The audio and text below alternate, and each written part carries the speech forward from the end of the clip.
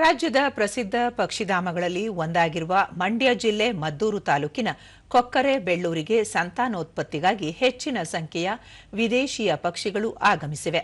ಪ್ರಮುಖವಾಗಿ ಹೆಜ್ಜಾರ್ಲೆ ಮತ್ತು ಬಣ್ಣದ ಕೊಕ್ಕರೆಗಳು ಪಕ್ಷಿಧಾಮಕ್ಕೆ ವಲಸೆ ಬಂದಿದ್ದು ಹಲವು ವರ್ಷಗಳಿಂದಲೂ ಇದು ಮುಂದುವರೆದಿದೆ. ಪ್ರಸಕ್ತ ವರ್ಷದಲ್ಲಿ ನಿರೀಕ್ಷೆಗೂ ಮೀರಿದ ಪಕ್ಷಿಗಳು ಆಗಮಿಸಿದ್ದು ಗ್ರಾಮದ ಜನರಲ್ಲಿ ಸಂತಸದ ವಾತಾವರಣವನ್ನು ಸೃಷ್ಟಿಸಿದೆ. ಇದು ಪಕ್ಷಿ ಪ್ರೇಮಿಗಳನ್ನು ಆಕರ್ಷಿಸಿದ್ದು ಈ ಕುರಿತು ಒಂದು ವರದಿ.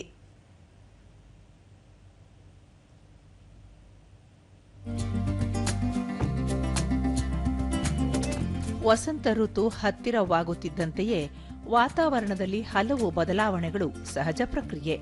ಅಂತೆಯೇ ಪಕ್ಷಿಗಳು ಸಹ ತನ್ನ ಸಂತಾನೋತ್ಪತ್ತಿಯನ್ನು ಭಿನ್ನ ಪ್ರದೇಶಗಳಲ್ಲಿ ಹೆಚ್ಚಿಸುವುದು ವಾಡಿಕೆ. ಮಂಡ್ಯ ಜಿಲ್ಲೆ ಮದ್ದೂರು ತಾಲೂಕಿನ ಕೊಕ್ಕರೆಬೆಳ್ಳೂರು ಹಲವು ದಶಕಗಳಿಂದಲೂ ಪಕ್ಷಿಗಳ ಸಂತಾನೋತ್ಪತ್ತಿಯ ತಾಣವಾಗಿ ಮಾರ್ಪಟ್ಟಿದೆ.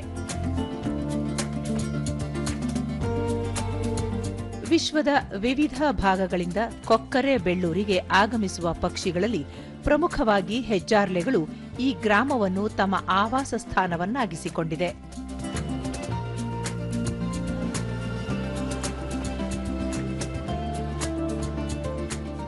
ಜನವರಿ ಮತ್ತು ಫೆಬ್ರವರಿ ಮಾಸದಲ್ಲಿ ಸುಮಾರು 30 ಜಾತಿ ಪಕ್ಷಿಗಳು ಇಲ್ಲಿಗೆ ಆಗಮಿಸಿದ್ದು ನವೆಂಬರ್ ಮತ್ತು ಜೂನ್ವರೆಗೂ ಇಲ್ಲಿಯೇ ನೆಲೆಸಿ ಸಂತಾನೋತ್ಪತ್ತಿಯಲ್ಲಿ ತೊಡಗಲಿವೆ. ಬಳಿಕ ತನ್ನ ಮರಿಗಳೊಂದಿಗೆ ಹಿಂದಿರುಗಲಿವೆ.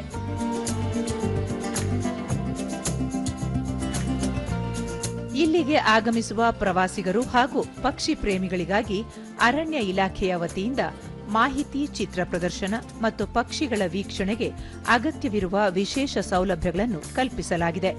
ಅಷ್ಟೇ ಅಲ್ಲದೆ ಗಾಳಿ, ಮಳೆಯಿಂದಾಗಿ ಆಕಸ್ಮಿಕವಾಗಿ ನೆಲಕ್ಕೆ ಬೀಳುವ ಮರಿಗಳ ರಕ್ಷಣೆ ಮತ್ತು ಪೋಷಣೆಗಾಗಿ ಅರಣ್ಯ ಇಲಾಖೆ ಶ್ರಮಿಸುತ್ತಿದೆ.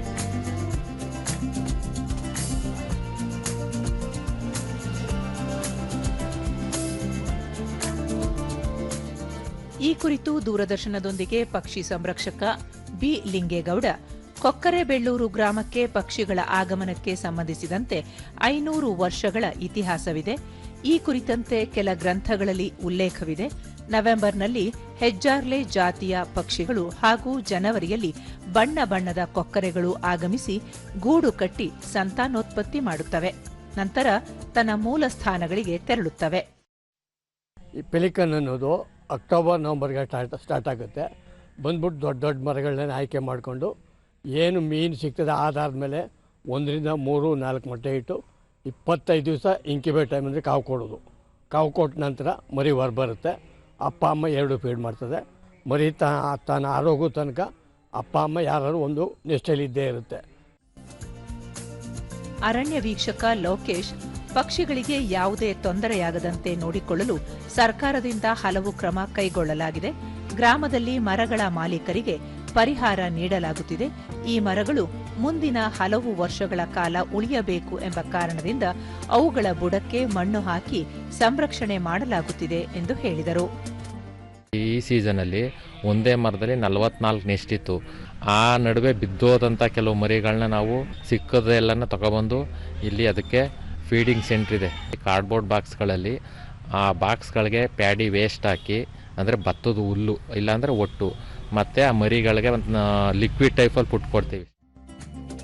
ಗ್ರಾಮಸ್ಥ ಲಿಂಗರಾಜು, ಗ್ರಾಮದ ಜನರಿಗೆ ವಂಶ ಪಾರಂಪರ್ಯವಾಗಿ ಪಕ್ಷಿಗಳೊಂದಿಗೆ ಅವಿನಾಭಾವ ಸಂಬಂಧ ಹೊಂದಿದ್ದೇವೆ. ಪಕ್ಷಿಗಳ ಆಗಮನವಾಗದೇ ಇದ್ದಲ್ಲಿ ಗ್ರಾಮಸ್ಥರಿಗೆ ಆತಂಕ ಎದುರಾಗುತ್ತವೆ.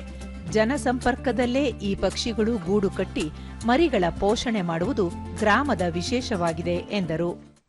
ಅದು ಏನಂದರೆ ಅವಕ್ಕೆ ಏನು ಒಂದು ಮಹತ್ವ ಅಂದರೆ, ಇಲ್ಲಿ ಕಾಲುಗಳಿಗೆ ಬಸ್ಸಿಗೆ ರಿಂಗ್ಸು ಹಾಕ್ತಿದ್ರು ಆ ಮರಿಗಳಿಗೆ. ಬಂದು ನೋಡಕ್ಕೆ ಹೋದವರು ಅವು ಇದರಿಂದ ಪುನಃ ವೇಲ್ಸಲ್ಲಿ ಪತ್ರಿಬಾದ್ವಂತೆ ಬ್ರಿಟಿಷ್ ಯುರೋಪ್ ಖಂಡದಲ್ಲಿ. ಈ ಪಕ್ಷಿಗಳು ಖಂಡಾಂತರ ವಲಸೆ ಹೋಗೋದ್ರಿಂದ ಇದಕ್ಕೊಂದು ಮಹತ್ವ ಕೊಟ್ಟವ್ರೆ. ಸ್ಥಳೀಯ ಗಿರೀಶ್, ವಾರಾಂತ್ಯದಲ್ಲಿ ಕರ್ನಾಟಕ ಮಾತ್ರವಲ್ಲದೆ ದೇಶ ವಿದೇಶಗಳಿಂದ ಹೆಚ್ಚಿನ ಸಂಖ್ಯೆಯ ಪ್ರವಾಸಿಗರು ಅಪಾರ ಸಂಖ್ಯೆಯಲ್ಲಿ ಆಗಮಿಸುತ್ತಾರೆ. ಆದ ಕಾರಣ ಪ್ರವಾಸಿಗರಿಗೆ ಸರ್ಕಾರದಿಂದ ಅಗತ್ಯವಿರುವ ಮೂಲ ಸೌಲಭ್ಯಗಳನ್ನು ಕಲ್ಪಿಸಬೇಕಾದ ಅಗತ್ಯವಿದೆ ಎಂದು ಹೇಳಿದರು. ಜನವರಿಯಲ್ಲಿ ಬಂದಿದ್ದು ಅಪ್ ಟು ಮಾರ್ಚ್ ಏಪ್ರಿಲ್ ಒಳಗೆ ಅದು ತಾಯಿಯಾಗಿ ಆ ತಾಯಿ ಮತ್ತು ಮರಿನ ಹಾರಾಟ ಮಾಡುವವರೆಗೆ ನಮ್ಮ ಗ್ರಾಮದಲ್ಲೇ ವಾಸ ಮಾಡುತ್ತೆ. ಆ ಮರಿನೂ ಜೊತೆಲಿ ಹಾರಾಟ ಮಾಡಿಕೊಂಡು ಜುಲೈಗೆಲ್ಲ ನಮ್ಮ ಗ್ರಾಮದಿಂದ ಬಿಡುತ್ತೆ. ವರ್ಷದಲ್ಲಿ 6 ತಿಂಗಳು ಈ ಗ್ರಾಮದಲ್ಲಿರುತ್ತೆ. ಮತ್ತೋರ್ವ ಸ್ಥಳೀಯ ಶಿವಣ್ಣ, ಪಕ್ಷಿಗಳು ನಮ್ಮೊಟ್ಟಿಗೆ ಇದ್ದರೆ ಊರಿಗೆ ಯಾವುದೇ ತೊಂದರೆ ಇರುವುದಿಲ್ಲ ಎಂಬ ನಂಬಿಕೆ ಇದೆ. ಆದರೆ ಪಕ್ಷಿಗಳು ಬರದಿದ್ದರೆ ನಮಗೇನೋ ತೊಂದರೆ ಇದೆ ಎಂಬ ಆತಂಕ. ಈ ವರ್ಷ ಬಹಳಷ್ಟು ಪಕ್ಷಿಗಳು ತಮ್ಮ ಸಂತಾನ ಅಭಿವೃದ್ಧಿಗೆ ಆಗಮಿಸಿದ್ದು ಗ್ರಾಮಸ್ಥರಲ್ಲಿ ಸಂತಸಕ್ಕೆ ಕಾರಣವಾಗಿದೆ ಎಂದರು. ಈ ಪಕ್ಷಿಗಳು ಸುಮಾರು ನಮ್ಮ ಎತ್ತಮೂತ್ರ ಕಾಲದಿಂದಲೂ ಒಡನಾಟ ಇಟ್ಕೊಂಡಿವೆ. ಇವು ನಮಗೆ ಮಕ್ಕಳ ಥರನೇ. ಇವು ಬಂದರೆ ನಮ್ಮೂರಿಗೆ ಮಳೆ ಬೆಳೆ ಅಭಿವೃದ್ಧಿಯಾಗಿ ಸಮೃದ್ಧಿಯಾಗಿ ಏನೋ ಒಂಥರ ಮಕ್ಕಳ ಒಡನಾಟದ ಥರ ಇದೆ.